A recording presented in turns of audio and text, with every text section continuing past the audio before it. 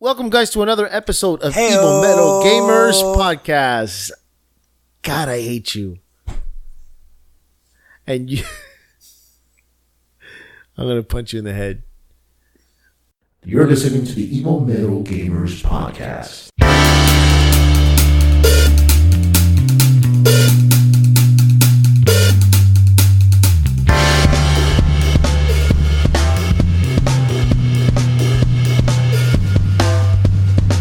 Welcome, guys, to another episode of Evil Metal Gamers Podcast. Today is January 29th, 2019, and this is episode number 63. He's not even sure if I'm right. Because you're not, you're guessing. My name is Jose Roldan. I'm Frank Berna. And you're listening to the Evil Metal Gamers Podcast, where you hear all your geek news. All week. Every week.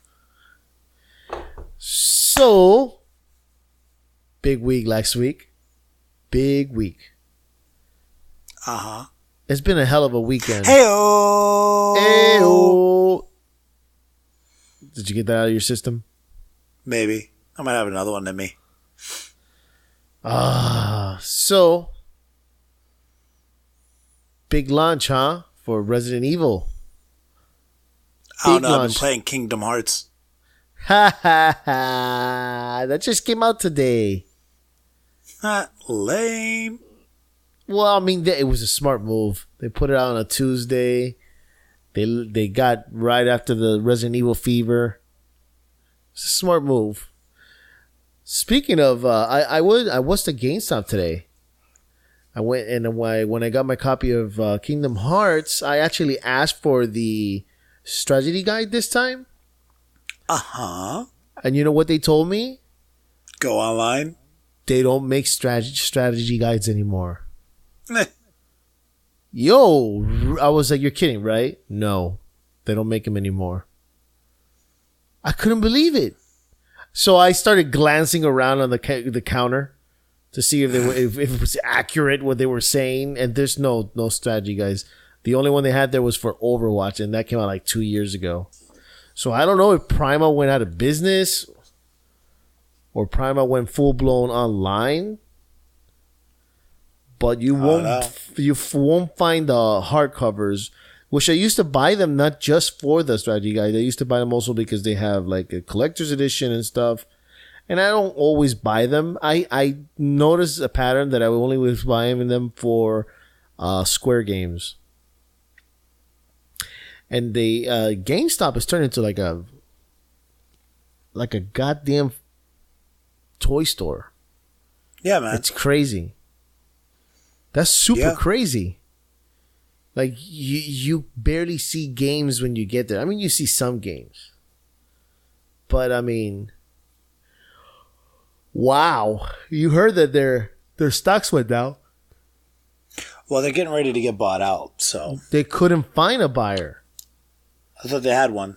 That's what I reported last podcast. This is according to Forbes. GameStop stock is. This is the article. GameStop stock is plunging after the company fails to find a buyer. GameStop is selling, but it looks like nobody wants to buy. The video game retailer has given up on trying to sell a company as part of a broader strategic review spurred by investors last May. They're screwed. Nobody wants to buy it. It's the truth. It's like somebody trying to sell me a DVD player. That's it. It looks like we're not gonna have GameStop very soon, which really sucks. And when I was there, I saw them destroying things, like the old Blockbuster days when they told us to destroy things. Yeah, and they were destroying. I could be wrong, but I looked in the box and they had a PS4 Destiny 2 collector's edition, which, you know, it's not that the game is good, but it's a collector's edition. Yeah. So I mean, I guess that's what they do with the collector's edition. They don't try to resell them. I mean, I'd rather them sell them cheap. If he would have told me, I'll sell you the collector's edition for $5. I would have bought it. And then sell it to George for $200 because he's the only human who would buy that game. Oh no, sorry about that, George.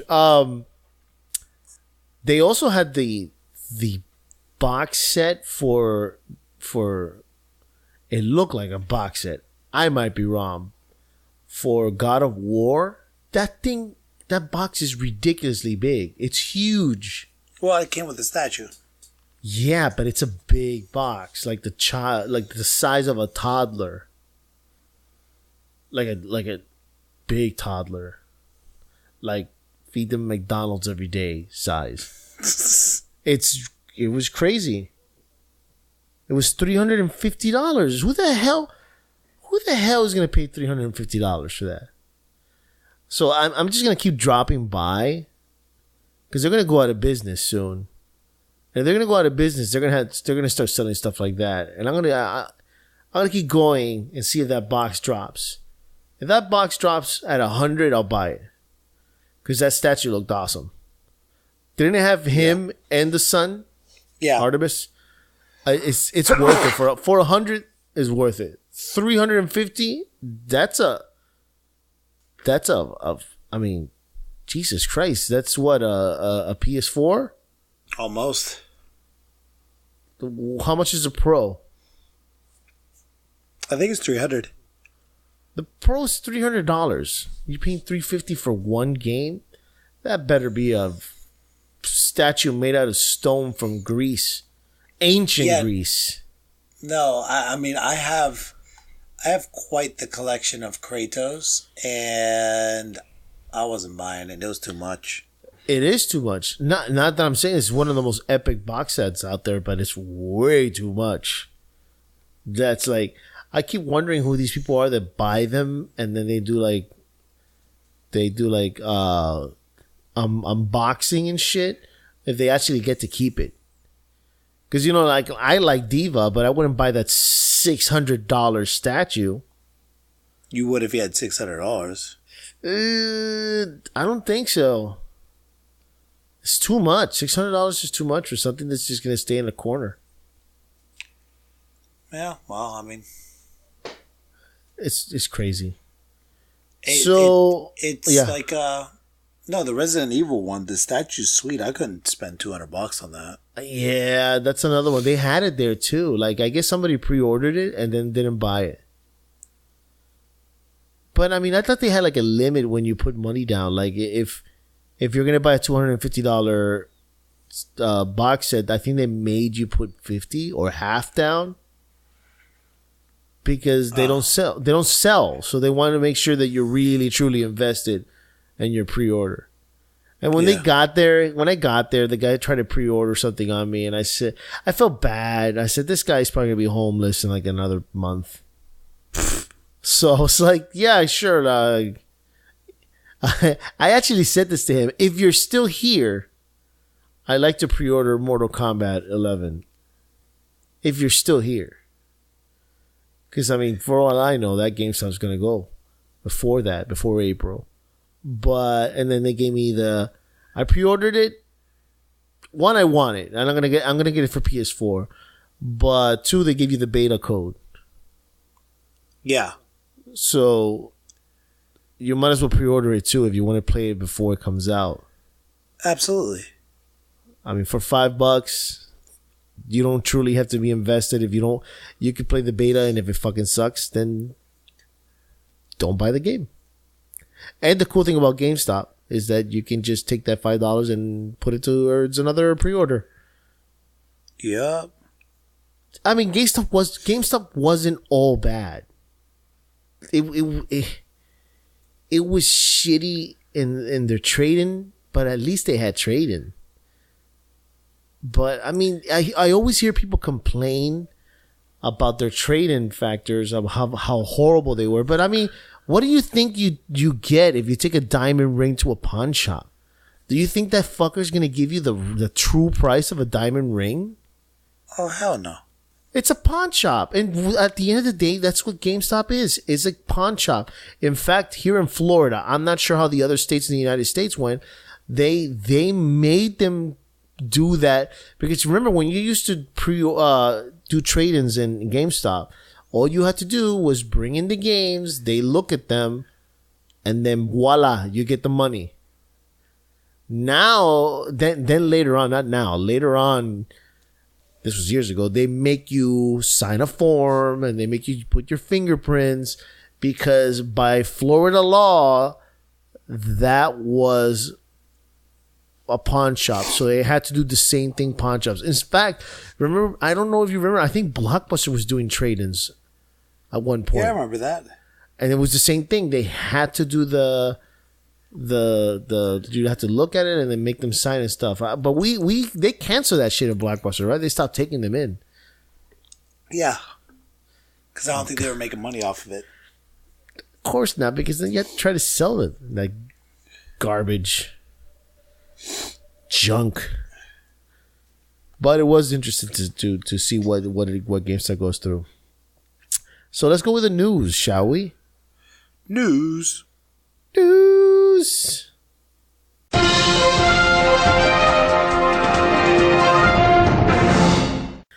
Anywho, so you want to go first? What are we talking about? The news? You have everything written down. Seriously? Yeah. You didn't write anything down? No show notes? You did all the show notes for me. Okay. So, this isn't in your domain, but I'll get it out of the way. Epic Store has just gotten a hold of a very big franchise. And Fortnite? That is a huge franchise, but no, that's total garbage. And it's sad that Epic is big because of that. Call of Duty? Do you think they would ever get Call of Duty? I don't think they would. Since Activision is so evil. I don't know. Two evil companies. It's a big deal. But it was Metro. Was it Exodus? Oh my God. Yes, Metro Exodus. And apparently this has been around in pre-orders in Steam for a very long time. In Valve, Steam for PC. And they've managed to steal the game from Valve, completely get rid of it, and giving them a whole year to sell it in the Epic Store. Now, here's the thing. I don't like launchers. I don't. In fact, when I buy a game on Steam for Ubisoft, I don't play it on Steam. I play it on Ubisoft. It's still another launcher. If I buy a game on EA, it's still another launcher. I'm just getting tired of opening up launchers in my computer. And now they're taking Metro, which is a game that I wanted to, and I don't know if I'm willing to wait a year so I can wait for it to come out on Steam, or I just bite the bullet. Is that how the expression goes? Yep. And just buy it for that because I want to play it. I really do, and I don't want to wait. But I mean, but the shitty situation here is that they had it for pre-order. The company had it for pre-order in Steam, and then people had pre-orders and they took it away.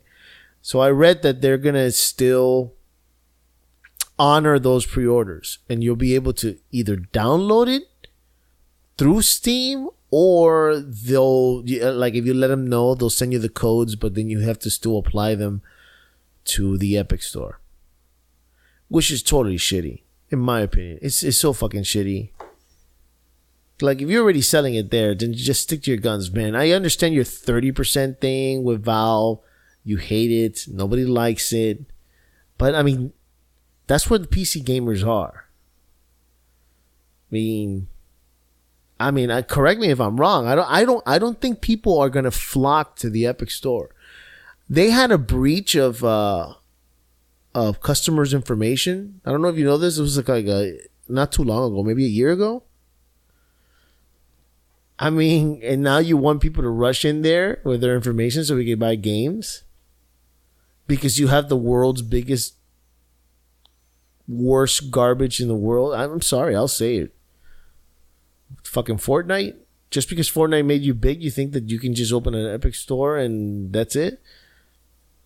I mean, I get it. They're trying to help the video game companies. Are you there? No, I'm here. I understand. It's shitty. Valve shouldn't be doing that. 30% is not justifiable. They did a like a specific poll, and they asked a bunch of game companies, and I think like 10% or 17% agreed with the 30%, and I think it was like 70% or some shit like that, or more said, "What the fuck? That is just not.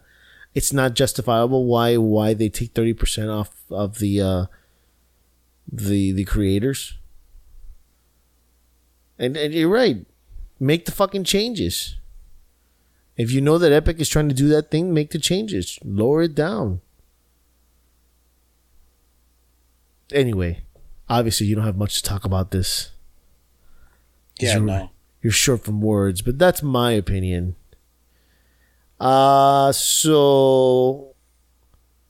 now talking about another game company that is bending to the customers, which is fine, is Assassin's Creed Odyssey is saying that they will change the DLC basically and fix the fact that they made your character a heterosexual without giving you an option. Now I played through the DLC, so let me explain basically how the DLC works. Is if you play Alexio, then the first assassin, which I forgot his name, Darius, I think it is. I might be wrong. Then he'll have a daughter. If you play Cassandra, then Darius will have a son. And then that is going to be kind of the forced relationship you're going to have. And spoiler alert, you end up having a kid. Are you there? I'm here. Jesus, you're not saying anything.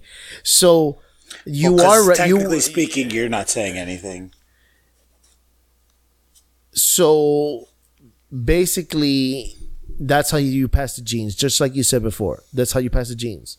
That is how the genes of they call them the tainted ones, which is like the actual like the people who are actually connected to the old civilization that died from Adam and Eve, and they have powers that can connect to the hawk, and they do all those things that nobody else can do, and that's the point where that is transferred to the DNA of all the assassins. So Darius was the first assassin, but he has none of the powers. Okay.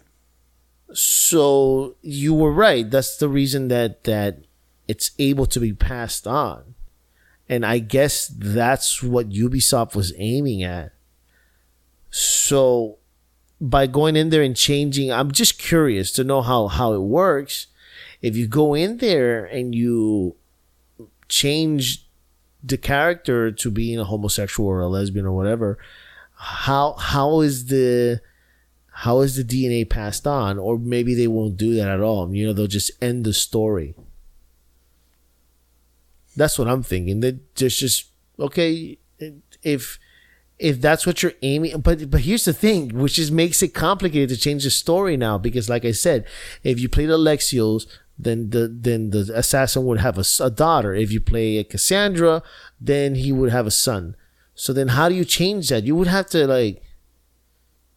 like remake the entire DLC completely, and then I guess question the player. Do you want your character to be gay? I guess it's the only way to do it. Like I don't see how it can be integrated into the game without changing the story. I don't see how you could do it. It was a dumb move to begin with. It wasn't. That genre of game is worse than this series Lost. They had a good idea, then they just painted themselves in a corner.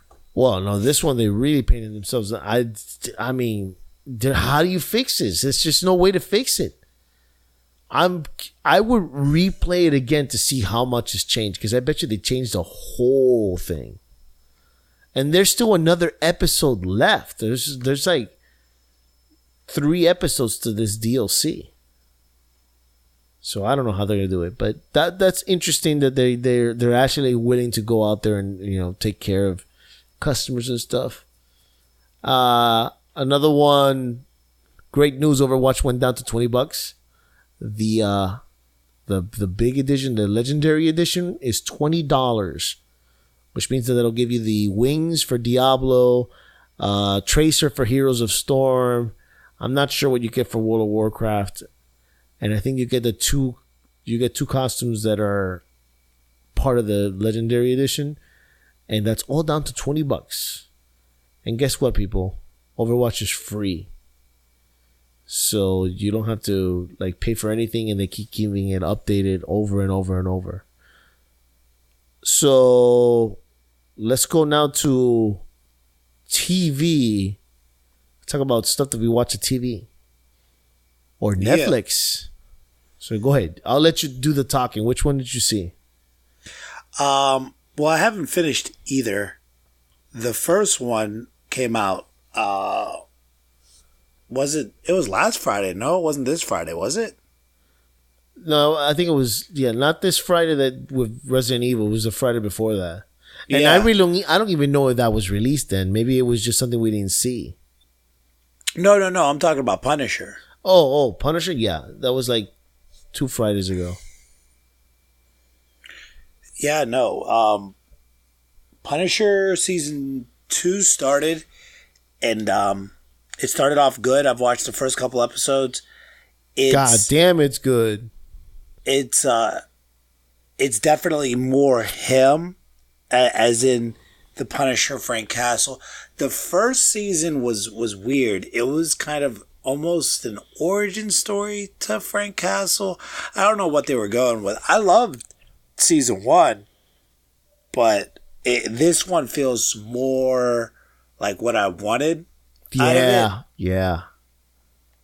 So far, from what I've seen, I've really enjoyed it. Funny news is they just announced apparently season 3 just got greenlit by Netflix. That's great. Maybe Disney doesn't want that because it's so violent. It could be that.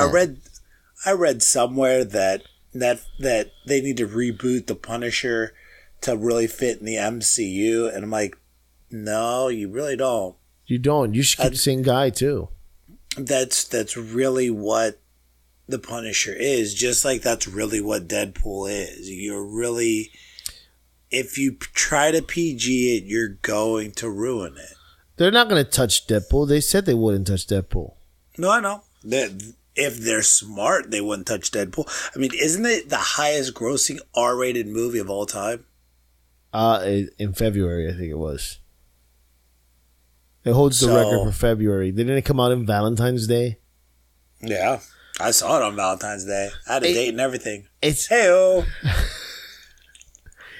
I can see them not changing it, but I also can see where the mouse gets his paws on it.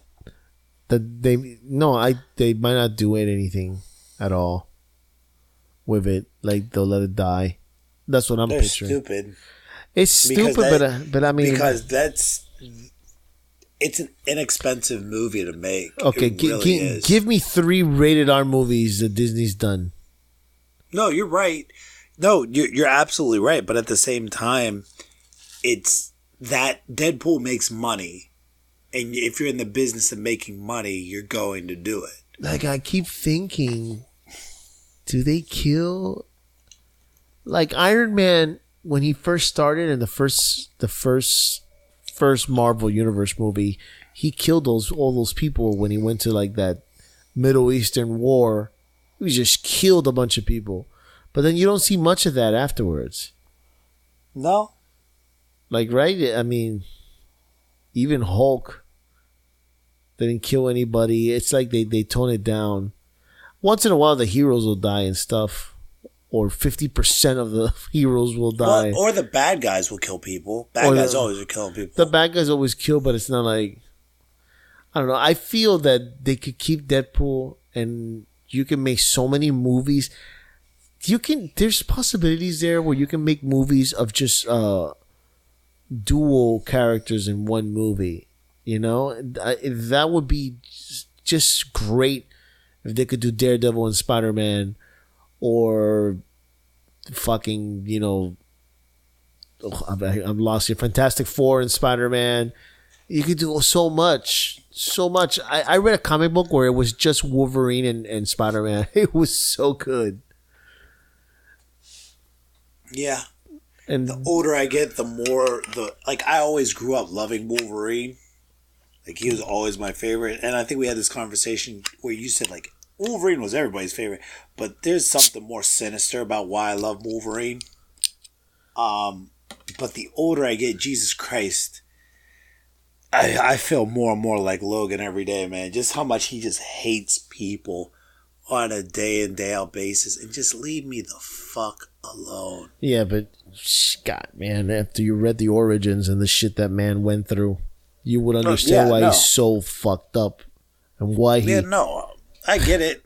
No, I completely understand. At the same time, it's just, he's also just tired. He's like, fuck. Yeah, he is. Like 500 years old. Logan showed how tired he was. Dude, Logan was such a great movie. He was just, and let me tell you, Patrick Stewart, is that Patrick Stewart, right? He was fantastic. He was fantastic. Punisher, you know, I was watching the episode of Punisher, and what was it that I just absolutely love, bro? He takes a knife and stabs that chick in the bathroom, and sticks her on the wall. Sticks her in the wall, and then punches her out. Now, this is why I think the show is good, because it doesn't hold back to the fact that, like, oh, don't hit a woman because she's a woman. The show pushes boundaries, you know. If you see in that scene in the bathroom, in the restroom, he fights three chicks and one guy, and he knocks the fucking guy out immediately. Like, the first one he knocks out is the guy. I think he slams his face into the sink. He was out. Then he fights the three chicks by himself, and he's just treating them no different than a guy. He's just punching them and throwing them around. And don't get me wrong, folks. These women are dangerous. They're fighting him with no problem either. But I when I saw that, I was like, see, this is what the Punisher is all about. It's about, you are the enemy, and I will do what I have to do to fucking stop you. And the police station, the police station was a pretty unbelievable episode. That was amazing, that episode. But there's one complaint that I've had right for the show is Jigsaw. What is up with Jigsaw's face, Billy Russo? You're going to tell me that the way that Frank dragged that man's face through the glass and just destroyed his face, and now he has like 5 scars? I thought that was stupid. I don't like that at all. Yeah. He should be like deformed. Like, but I think it goes, I think it goes in just to the overall fact of makeup, and it was just simpler to fix it that way. Hell no, man. Keep him ugly. Put him under that mask, and when he takes the mask off, he's missing his eyelid and one of his eyes. I go back to it. I feel like that was a budget thing. Going back to Logan, going back to Deadpool, it's harder to make the rated R movies because they don't think they're going to make the money, so they skim on the budget. Yeah. But I always say the less you have, the more creative you have to be. Well, I'm not picturing him as a psychotic, crazy person. Like, I don't find him epicness. Like, I thought he was going to be Frank's equal, but I mean, I'm in episode 4. He might get better. But whatever episodes are with Frank, oh man, Castle's awesome. Yep. Especially the actor that plays him is just phenomenal. So, let's talk about another little TV show that we watch on Netflix, which I recommend. You've finished, Jesus Christ. I finished it because you finished it the day I told you about it. Mr. Burnov tells me about this gem, this hidden gem in Netflix. Now, I recommend this for people. Young people might still like this. When I mean young, I mean you were a kid, like a baby, like in the 90s. That to me is like you're might not like it. If you were a kid from 8 to a teenager in the 90s, this show is for you. And this show is called High Score Girl. This is an anime. So this is another thing you have to be able to, is that you have to like anime. This show pretty much takes place in the whole entire decade of the 90s. And it's all revolving around video games. Not only is it around video games, but it's more based on arcades. And if you don't know what an arcade is, because I'm sure there's some people who probably just think of Dave and Buster's. Trust me, arcades were not like Dave and Buster's are now. The arcades back then was the most powerful thing you can think of. It was your home console system could never measure to what an arcade machine could do. And it was something that if you were in a mall and you saw an arcade, you just had to go in there and look for it. And this show basically takes place, if it's a little boy, he's probably, I want to say he's 10 when the first show starts off, and it takes place in 92, and it almost, the whole show revolves around Street Fighter and how much he loves to play Street Fighter. Is truly such an amazing show. It's very well written. It's really funny. Basically, the character is kind of immature, and he meets this other character. Her name was, man, talk a little bit when I look at the name of the character, because I forgot the name of the character. Ono? Ono, thank you. And Ono is, the kid is really good at playing Street Fighter, and he meets Ono, which is a rich girl who you would never think that she knows how to play, and she plays Street Fighter better than him, and he makes it a quest for him to be able to beat her again. And the whole show revolves about his relationship with Ono and try to defeat her into Street Fighter. And now it's the fact that he's kind of in love with her, but he just doesn't know it. So he portrays it as more of she's his rival. And man, is it good. I absolutely recommend this show for anybody. Especially those episodes where Guile from Street Fighter is his conscious. Did you see those episodes, Frank? Yeah, no, I've seen those. I'm on episode 7, maybe 8. Did he already compete like in a professional competition with Ano? No. Oh, so he hasn't gone to something like Evil? Oh my God. No. Wait till you see that. Oh my God. You're going to laugh.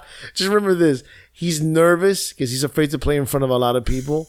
And Guile tells him to do something to help him relax from his nervousness.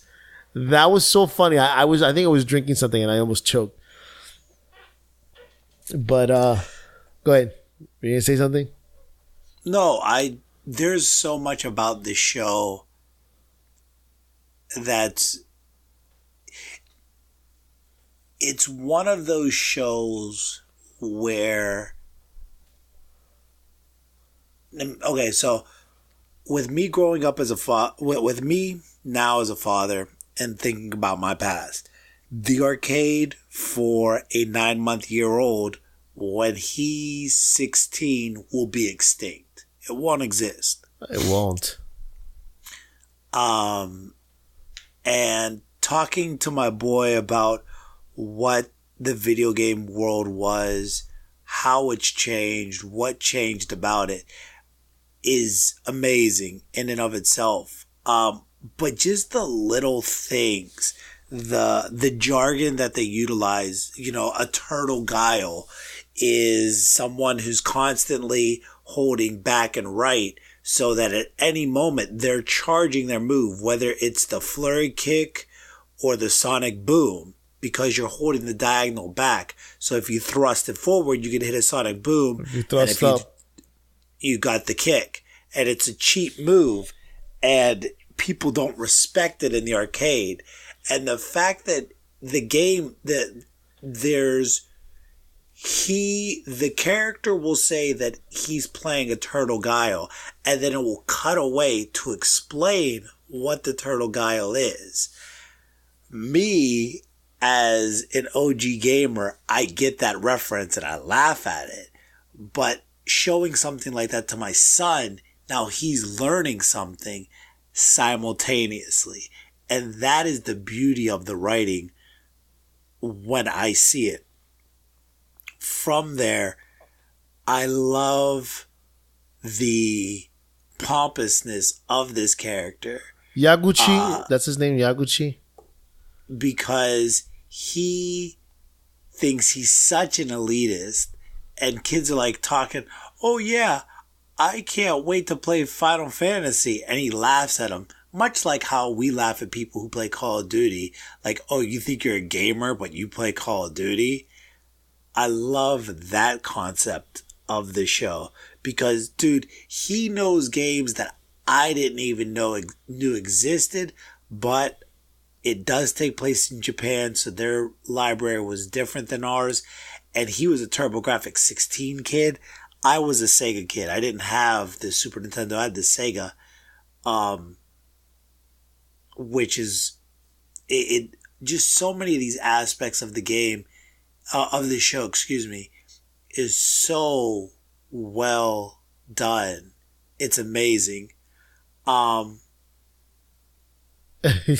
can't. I also no. I was trying to think. The one thing that I do love about it, and I feel like this was Jose growing up as a kid, the fact that they don't talk about Street Fighter 3, that it goes from Street Fighter. No, but it was never mentioned. The Super Street Fighter 2 to Super Street Fighter 2 Turbo to Super Street Fighter 2 Turbo Championship Edition, and the Street Fighter fans worship it, and the other gamers are like, when are they going to make a 3? Why don't they just make a 3 already? And you guys are trying to justify how it's a new game, but we're like, bro, the rest of the gamers, we used to say we don't talk about it. Oh, the rest of the gaming community is like, no, they just added a new character. That's really all they did. Now, granted, in today's society with DLC, that's great. But to think that you had to create a whole new cabinet unit for a whole new Street Fighter, that shit is ridiculous. And that's why we made fun of the Street Fighter fans. Like, are they ever going to make a Street Fighter 3? Because by the time that Super Street Fighter 2 Turbo Championship Edition was out, Mortal Kombat 3 was getting ready to be released.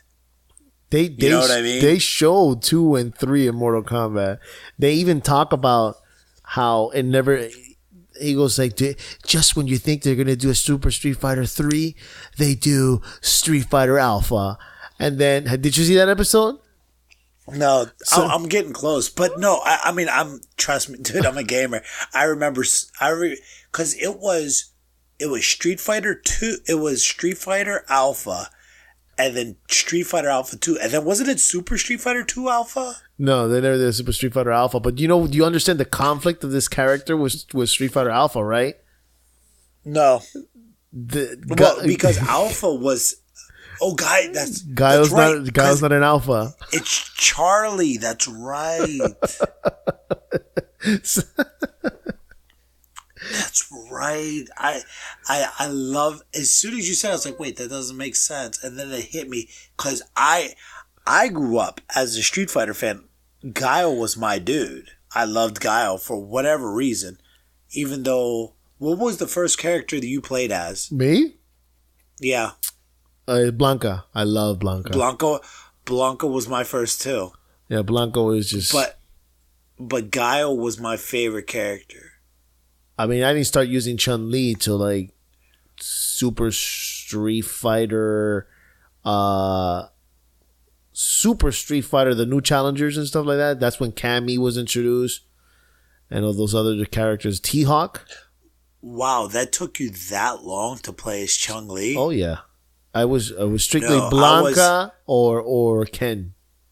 I started Blanca, and then I went to Guile, and then after Guile, I got really big into Vega, but that was with the Super Street Fighter. This is Vega original for people who are not listening from other parts of the world, maybe in Japanese. This is Vega in North America from Spain. Yeah. So, you want to hear something funny? What? So, this past weekend was the Royal Rumble, wrestling. They're still doing that shit? Yeah. So, I invited some buddies over and we were watching it. And there's a female named Selena Vega. And when they announced her name for the Royal Rumble, she came out dressed as Vega as cosplay. No shit. We all just started laughing and screaming. She won. Regardless if she loses, she still won. So it was, what's her name? Her name's Zeldina Vega. Something Vega. I don't know. She came out dressed as, that's fucking awesome. And it was awesome. No, but my characters were, it was Guile, it was Blanca, then Guile, then Vega, and then I went Bison, dude. I loved Bison. Yeah, Bison was really good too. I mean, there was a time where I was using a lot of Sagat. Dude, Sagat, I always wanted to get good with him, but I never could. And there was just something about Sagat that he was so OP. Holy shit, man. God damn, this is so freaking great. She came out like that, dressed like Vega. Dude, see that? You Googled her? Yeah, that's justifiable, Then you got, because it makes sense. She's dressed like she has the mask and stuff. I like that. I always like Vega because the Street Fighter movie, the animated movie.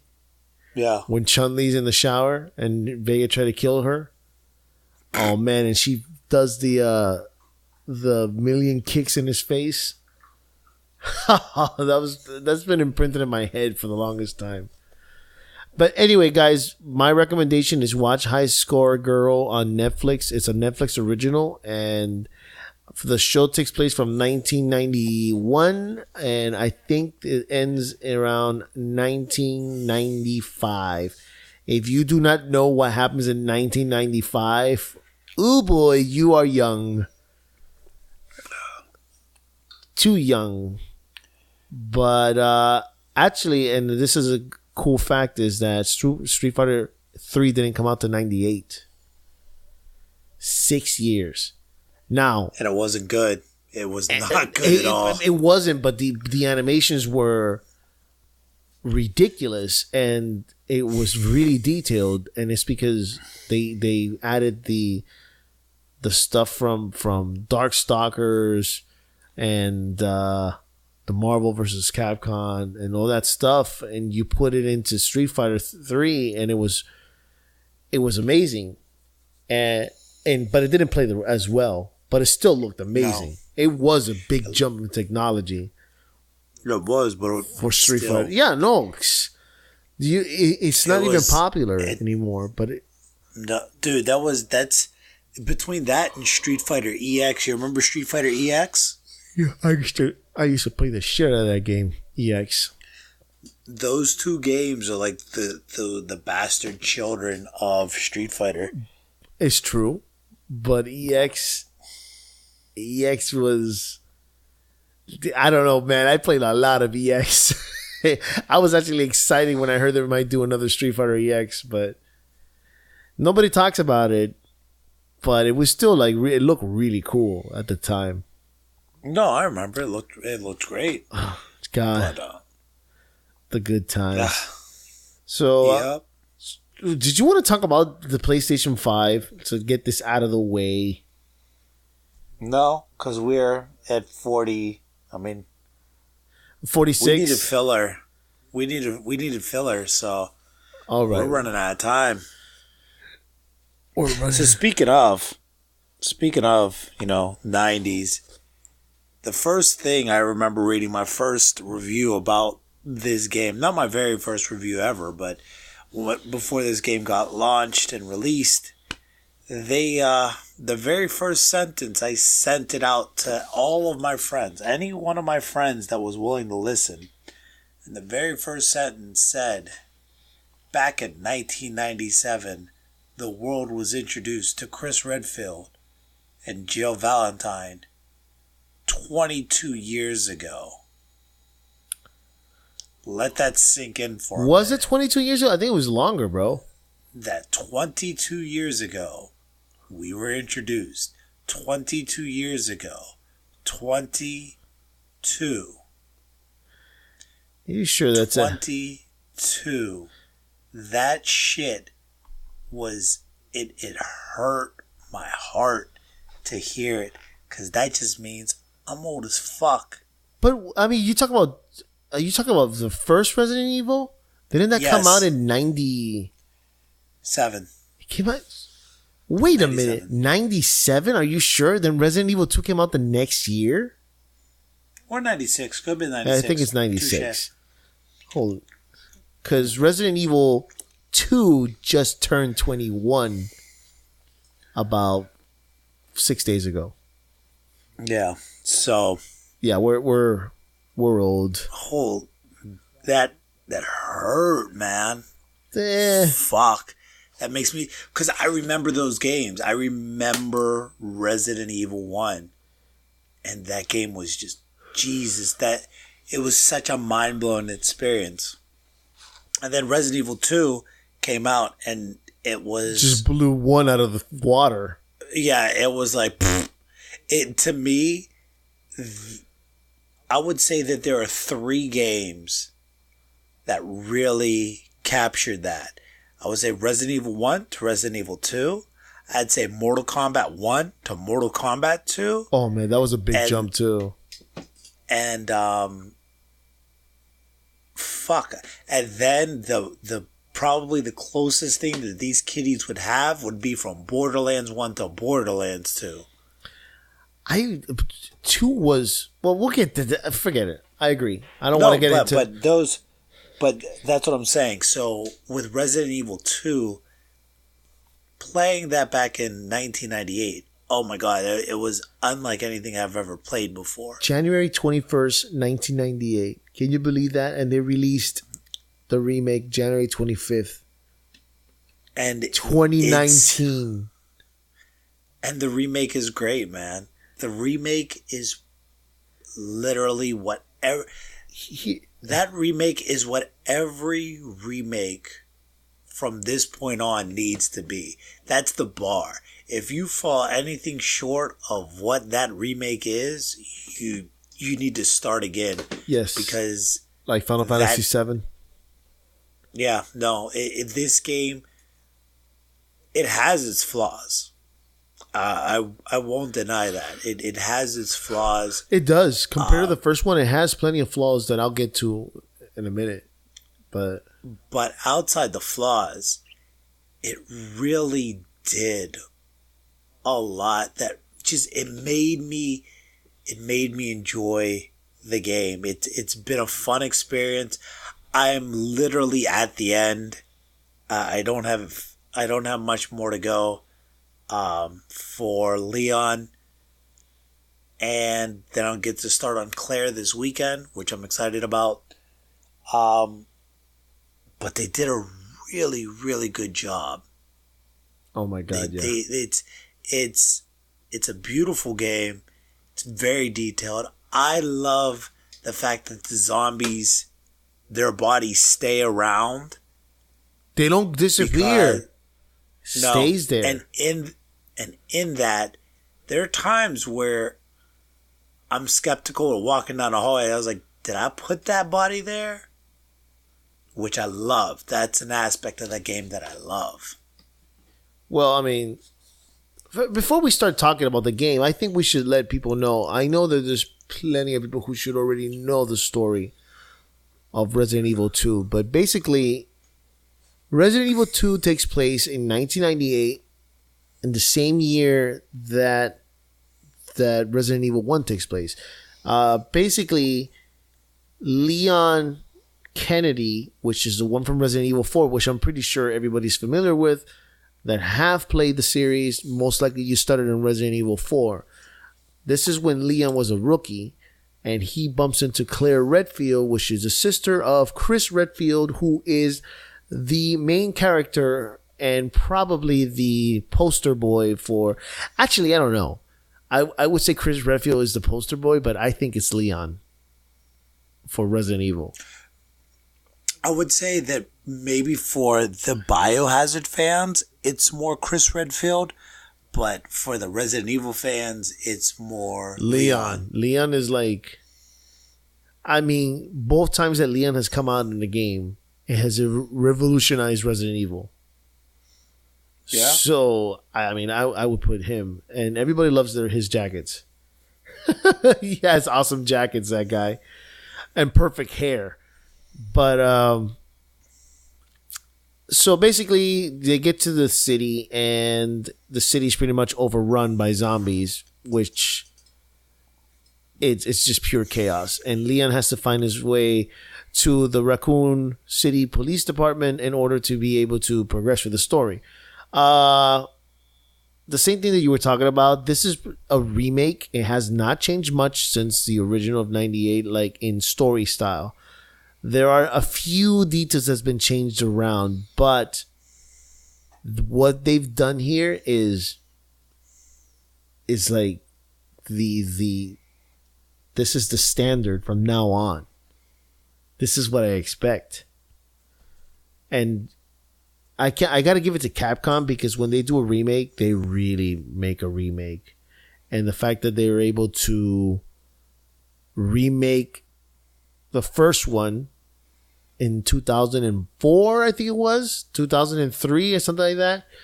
They remade it for the GameCube, and it was the greatest thing ever. Oh, and yes, then you think there's no way they can possibly do this again, and then they do Resident Evil 2, and they just once again. I just remember when they remade Part 1, everybody was clamoring for, all right, you remade Part 1, that's awesome. Where's Resident Evil 2? Everybody's been wanting for Resident Evil. You're right. Everybody was like, all right, you did an amazing job. Well, let's see it with Resident Evil 2. Yeah. And then we finally got it. 21 years later, we got a remake. The models, the model design for both characters are pretty spectacular. It actually shows that they're young. That's how well they did it. Even the voice acting, and their voices are young. Their voices are young. They're more naive, and that to me shows their youth. They're naive. They don't. Yeah. They don't know what the hell's going on, and it's just Leon looks like a baby face, and Claire looks so young too. Which, think about this, kiddies. Claire is most likely, and Leon, in their 40s in the next adaptation of Resident Evil. Take a good look at them in Resident Evil Revelations 2, and take a look at him in Resident Evil 6. They're already in their late 30s in that game. That shows you that how long the series, and the series keeps to the times, as in, you know, okay, the show came out in 98. The first one came out in 98. They're now playing games in the 2018, 2017, 2016. So they're aging with the games, and I think that's unbelievable that they can still write stories with modern times, you know, because they could have easily just stayed in 98 forever, or 98, 99 to stretch out the story or keep them young and stuff. But no, they're aging. I mean, Cherry's what? She's in her 20s in Resident Evil 6?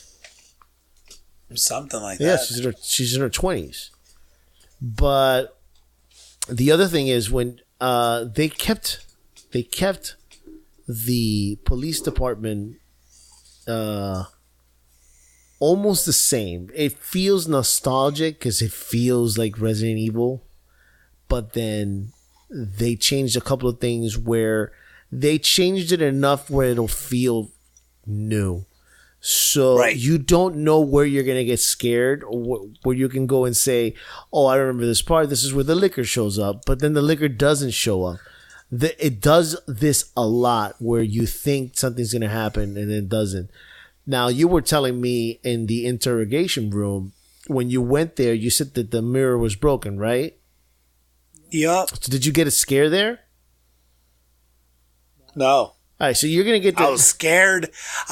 Put it this way. I was scared, but I didn't get a scare. Does that make sense? Yeah, in the original, it's exactly the same. With Leon, or whoever plays first, the interrogation room is already destroyed. But when you play with the other character, you know where that glass was broken. Now, here's the one thing that I don't like about the basic of playing A and B. When you play the original in 98 and you play the two different discs, the story was truly connected to the other story. So if you, like you said before, if you picked up a gun or if you picked up ammo and one game, when you play the other character, I say girl because that's how I play it, but if you play with Leon second, it would be the same. Those guns aren't there. Those bullets are missing. So if you fucking hog all the bullets on the first turn of the game, by the second time you play, there's no bullets or guns left for your other character. So you fucked them big time. So you have to be very careful how you play the first disc in order to not affect the second disc. I remember that, and when I found that out, I went back and replayed the first one so my second playthrough would be better. Yeah, exactly. And they don't do that in this one. The second thing was, when I played with Claire, the second one, there's a lot of puzzles that you will do that Leon did already, so it doesn't feel like Leon was there before or Leon's going to show up later. Am I really? Yes, no, it's not like that at all. So that's one major flaw for me. It's not bad. It's not that I'm saying that it takes away from the realistic thing that this is happening at the same time. This is two stories that are happening at the exact same time. If one character's in one side, the other character's in the other. If you lock a door, then that door should be locked for the next character. They do a pretty good job with it, but there's still the puzzle problem. That's where I did not like that you doing puzzles that Chris does already. I mean, Leon, and that takes away from it, because how could she be doing the same puzzle that he did since he did it already? Then when she gets there, she wouldn't have to do that puzzle. Am I right? Makes no sense. Right. So there are a couple of puzzles like that, but there are things that do happen at the same time that you couldn't do with Leon. For example, the interrogation room. You go there, the mirror is already broken, but you don't know why it's broken. You won't find out till with Claire. Another thing is there's doors that you cannot open with Leon that you can only open with Claire. The heart key, which I wasted so much fucking time looking for the heart key with Leon. It turns out that the heart key can only be found by Claire. So you go to rooms that you can't with Claire that you can't go with Leon, or vice versa. The other thing is, this time around, they've made it where the two major bad guys affect both characters at the same time. As opposed back then, when you played Disc 1, William Birkin would be the enemy in Disc 1 or playthrough A, and then Mr. X would be the bad guy in playthrough B. So you never fought the same bad guys. I guess they did it to make the story feel different, but this time you fight both bad guys in each playthrough. And I think that was a better move, because, I mean, if Mr. X is going around, right, looking for Leon only, specifically, I mean, if he bumps into Claire, wouldn't he try to kill her too? Yeah. So, I mean, that's one thing that I think they did right. One major change, which was implemented into Resident Evil 3, was that the Nemesis would follow you from room to room. Now, you already know this because you played that part. Mr. X, when he shows up, the tyrant, he follows you, and he'll follow you to the next room, and the next room, and the next room, and the next room until he gets you. And he has a Terminator feel, right? Is that a good example? Yeah. He has this Terminator stalking type of walk at you, so cold. And when he comes at you, I mean, right now you're the only person that I know of that actually shoots him. Because to me, once I see him, I run. I open doors. And this is a problem too, because when you have him running after you, or actually walking fast after you, you forget that the monsters change. And sometimes you'll go to a room running and it's a licker. And what happens if you run when there's a licker? The licker knows you're there, and then the licker will chase you. There's been times where I've been in a room with zombies, lickers, and Mr. X. And it's like impossible. Where there's no choice, but you have to run. I would if I had a grenade in life, I would just hold on to the grenade and kill myself. Take everyone with me. I'd do it fucking like that, because I mean, this game has a way of giving you anxiety with Mr. X. Now, talking about sound, there's different options in the game. There's headphones, there's TV sound, there's 7.1 or 5.1, and then they have Atmos. My recommendation for anybody is to play, if you can. I know that if you have a TV, it's hard to have headphones. Try to play the game with headphones on. You will get the most what's the word I'm looking for here? Where the most immersive gameplay of all the sound options. If you have money, then I would do the Atmos. Now, if you do not know what Atmos is where you put speakers that give you it does something to it tricks your ears into thinking that the sound is coming from above in the ceiling. Which I still haven't done it because I don't have a rich friend. So if anybody has a rich friend that I can meet at Fort Lauderdale, let me know and I'll put this game in their house. Basically, when Mr. X is following you and he loses you, you never stop hearing him. He's always looking for you. And when you hear the sound of footsteps in the room above you, that's immersive. That's something that Capcom got right in this game. You can play this game. Did you know this, Frank? You can play this game with the Resident Evil 2 soundtrack from 1998. Oh no, I didn't know that. Remember, you were telling me that you were upset because you liked the music back then. you could do that. You can play the game with the Resident Evil 2 soundtrack. How do you do that? I think it's in the options or something like that. And I haven't done it myself, but I saw a YouTube video where the guy played, and it had all the music from Resident Evil. Like do you remember when you're in the lobby of the? Yeah. It has a different music. Wait, it has the bell and the chimes and everything. Everything. It has everything from the original Resident Evil 2. But my recommendation is play the game first how it's intended to be. Because, I mean, Frank, have you played with the TV speakers? I played with TV speakers, and then I've played with headphones. Okay, with the headphones, can you tell the creaks, the sounds, there's like pipes? No, I heard the hissing.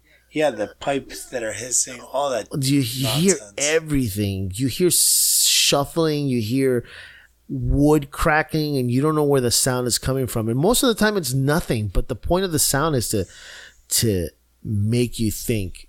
And that, to me, is the best thing this game has going for it, is the sound. The sound scares the living hell out of you. They have a way of using fears to their advantage. If you're claustrophobic, if you really are a claustrophobic person in real life, I do not recommend this game for you, because you will have a panic attack. Like Frank said, zombies wobble and move sideways. You don't know where they're going. Sometimes you think you have a headshot and you don't, because the fucking moron flops to the left as you shoot. And it's actually really cool when the characters say things. Have you heard them? Like, fuck. Or like, get the fuck. What the fuck is wrong with you? Or some shit like that. They say nonsense.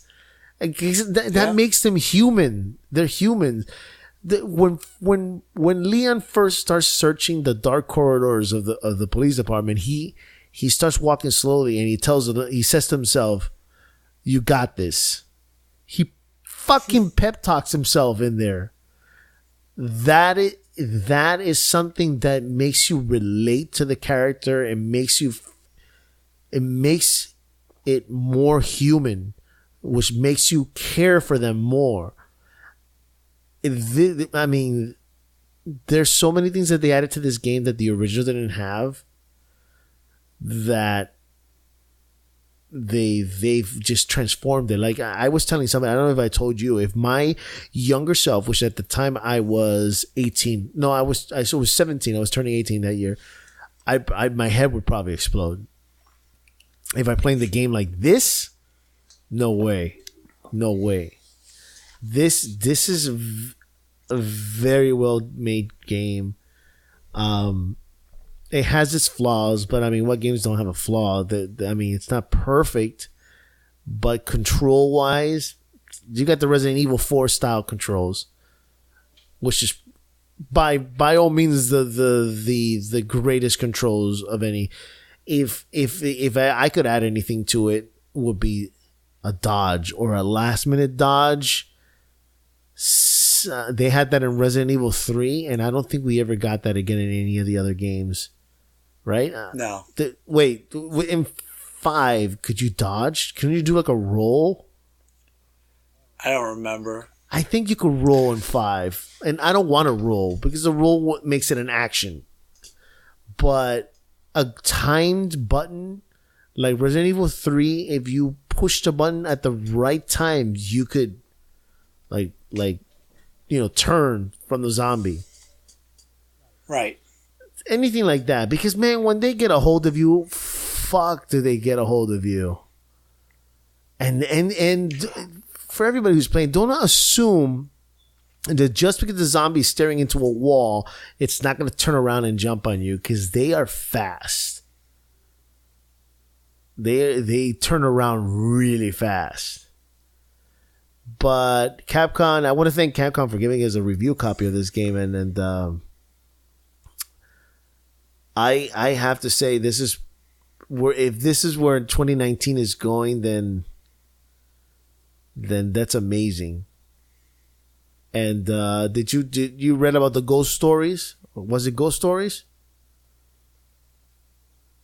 The DLC? The DLC, is it ghost stories? Is that what it's called?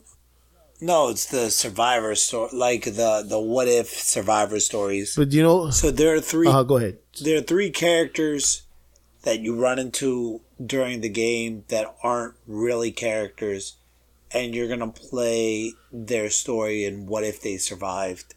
Well, I heard one was you get to play the character. Is that what it is? Because what I read was it's the characters that you meet and what they did to the point where you meet them as Leon or Claire. You get to meet the gun shop owner, the mayor's daughter, and I don't remember who the third person was.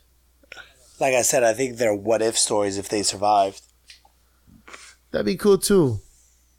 I've always wanted to know how the mayor's daughter ended up in the chief's desk dead.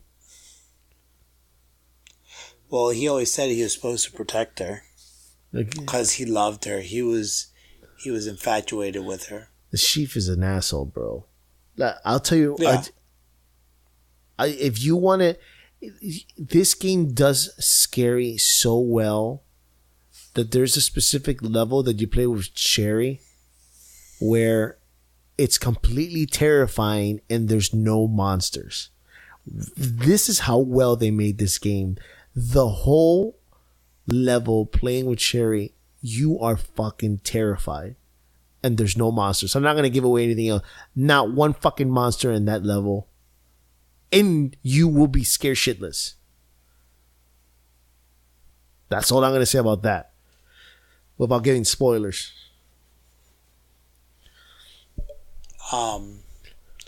No, the game really does have that level of paranoia. No, dude, it's fan-fucking-tastic. Yeah. I miss games like this where you have to think about your inventory. You have to think about, this is what a survivor horror is. I haven't felt like this since Dead Space. Did you hear about hardcore mode?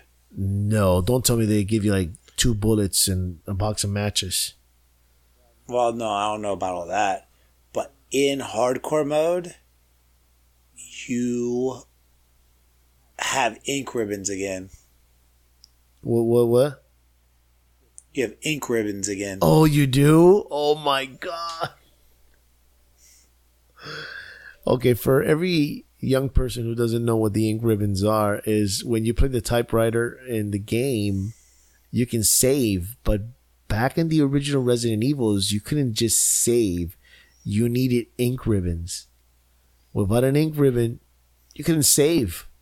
And you'd be fucked. You really had to pick and choose when you wanted to save. Yeah, you really had to think about it. And you had to, there's the hardcore mode of the original Resident Evil wasn't the ink ribbon, kids. It was that if you put an item on a chest, it would be only on that chest. Yeah. You had to talk about backtracking. That is hardcore. I hope they don't do that, because then you really need to think about where you're going to put your stuff.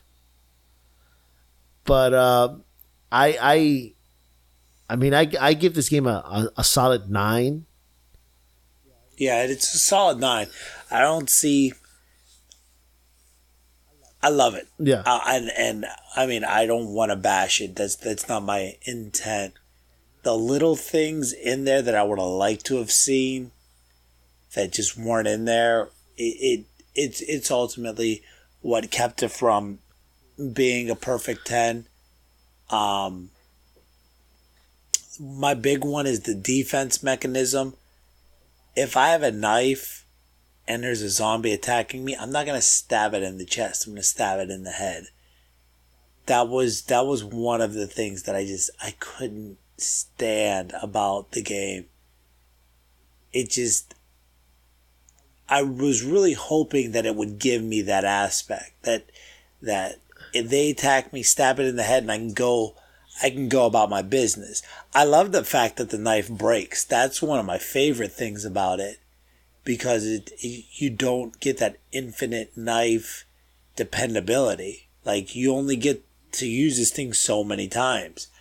I really think that the head stab, and I think that if they would have went with the head stab, that you only get like 2 head stabs out of it, that still means a lot. That's how it was. You get what I'm saying? Yeah, of course. They had that in Resident Evil, the remake. You stab them and then they would die, but you run out of them. Yeah, no, but then there was I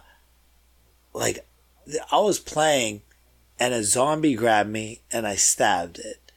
And I was trying to get a headshot on it, and I missed, and he grabbed me again, and I stabbed him again. So I put 2 knives in this guy. I'm like, really? I was like, it got me so upset, I shut it off and restarted it again. Just because I was like, that's some bullshit. What do you think is going to happen with Hunk when you go to a room full of them? Apparently, from what I heard on the internet, that Hunk is really hard. Well, the original was really hard. It wasn't easy. Well, I remember it wasn't easy because there was a timer. Bro, it was not easy. You had limited guns, and then you made it to that last room that had 20 zombies. I'm pretty sure it was 20. Something like that. Remember that? And I remember the frame rates dropping to like 2. Because back then the system couldn't manage it. It was like, whoa, there's too much going on here. And for you to take the shotgun and just blow like 20 of them up at the same time.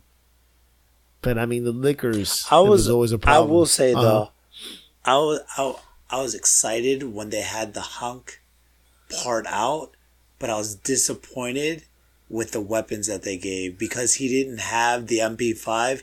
He had the same machine gun that you could get with Claire or Leon. And that machine gun is such garbage. Yeah. Man, where do you play with Claire? Takes about 20 shots in the head. Though, I have to say one last thing, the details on the zombies, as you shoot them, wherever you shoot them, there's a bullet hole. Wherever you... Go ahead. Slice them, there's a slice. Yeah, no. There's a slice. Go ahead. Yeah, no, with a machine gun, which is so hard to control, you'll see the sporadical shots on their bodies and stuff. And if you shoot them a lot of time in their face, I don't know if you could tell that their face is like being torn. Oh, like yeah. You blow away skin, and then there's just skull, and then there's till that final shot that'll crack their skull open. I will say this, as a gun connoisseur and a man who loves guns, if I could give one piece of advice to Capcom, why the fuck does everybody have a goddamn 9mm? Isn't that like the? I told it's what they issue cops and stuff. And when people hear that a cop shoots somebody like 16 times, they go, why do you have to shoot him so many times? And my girlfriend, who works she works in the prisons, I'm like I was playing and I was pissed off because I shoot the guy. And I'm like, this fucking game. And she goes, what's wrong? And I'm like, they gave me a 9mm. And she goes, what do they want you to do? Tickle him to death? Apparently, because that's what a 9mm. No, like literal, like a 9mm. You know Curtis 50 Cent Jackson, right? No, you've heard of that rapper? No, right? No, you've never heard of 50 Cent? Oh, 50 Cent, yeah. 50 Cent was shot 9 times, and he's perfectly okay. Because they shot him with a 9mm. Okay, doesn't mean you go out there and get shot by a 9mm. But what I'm saying is this, is why do we keep giving these people these garbage ass guns?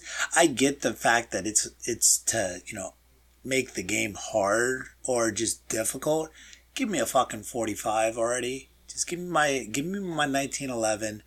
I don't need a Desert Eagle. I don't need no Magnum. I don't need no 357. Give me my 45 and let me handle my business. Is the 45 a Colt or what is it? 40? No, 45 is just the caliber round. Because Claire has a one that looks like a. First of all, she's got the 6-shooter. I hate that fucking gun. And then she shoots it. Once again, that gun's a 9mm. And she shoots it like a cowgirl. So she puts her hand on her hip, and then she puts her hand on the is it the trigger? What is it? No, the what do you call it? The hammer. The hammer, and then she shoots like a cowgirl. So she pulls back with a. I'm doing the stupid image in my like you're looking at me and you're not. So you know what I mean, right? You know, so every time you do a shot, she uses her left hand and she pulls it back, pa pa pa pa pa pa pa. But I mean, it's a terrible gun.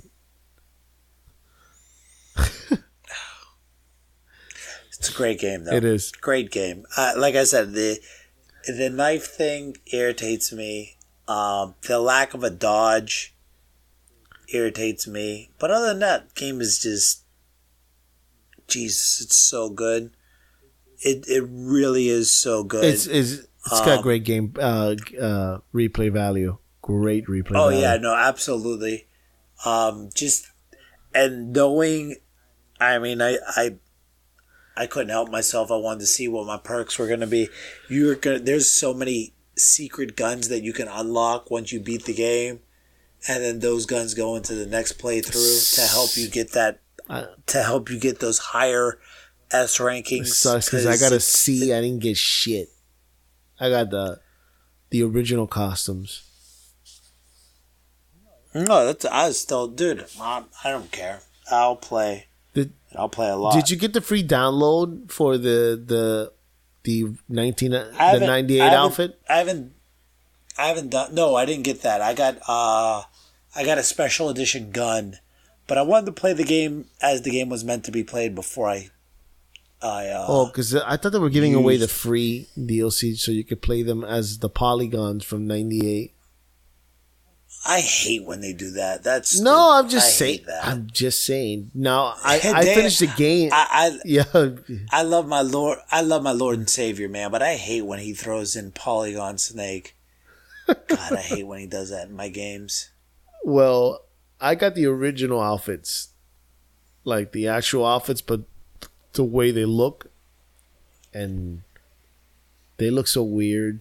Like Leon's outfit looks like 98, like 1998 designs. Well, that's my girlfriend was like, I hate how 8 is dressed. And I'm like, what are you talking about? She goes, her dress is so ugly. I'm like, this is 1998. That's how they dress. That was considered attractive back then. That's how women dress. Mm-hmm. And she goes, yeah, but it's so tacky. I'm like, it's 1998. Yep, it's tacky now, but it wasn't tacky then. Nope. They put a lot of they put a lot into the making it sure it looks like into the 90s. Keep it in the 90s. Yep. Anyway, that's all I got. You got anything else on the game? Nope. Okay then. That's it for the show, guys. Thank you so much for listening. We really appreciate it. We appreciate everyone who has been listening and following us since the beginning. If you want to get a hold of us, you can email us at evilmetalgamers@gmail.com, or you can get a hold of us at Twitter at gmail.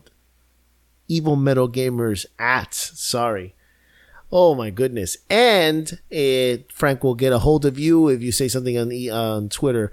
We got Instagram, we're Discord, and we are also affiliated with CD Keys, so we're going to put that in the bottom, a link to Resident Evil 2 on the bottom of the podcast show notes. So if you click on it, you'll get the game for like 30% off on PC. Sorry, they don't have the console one, but if you want it for PC, 30% off. Click on the